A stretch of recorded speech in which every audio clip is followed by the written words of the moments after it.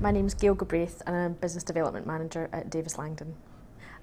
Essentially it's all elements of the marketing mix and helping partners establish relationships with their clients, public relations, working on bids and submissions, which is a big part of my job, and really how they helping them run their business. Before I started Davis Langdon, I worked for a main contractor. It was a regional contractor in Scotland, where I'd started off as the marketing coordinator and then was promoted to marketing manager after about 2 years. Before I worked in construction, I worked for lawyers in marketing.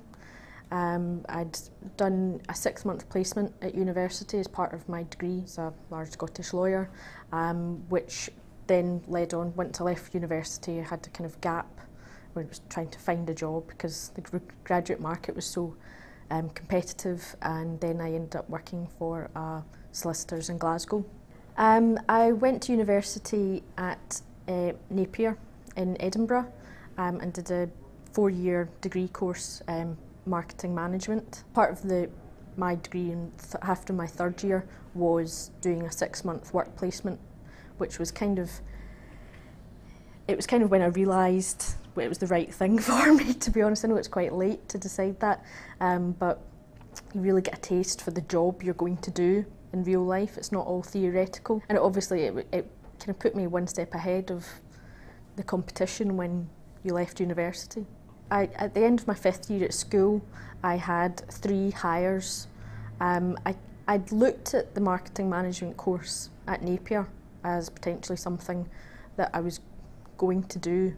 I just managed to get the qualifications that I needed to get in. School learning didn't really fit well with my style of learning. I like to be given a task and told to go and do it rather than be lectured at.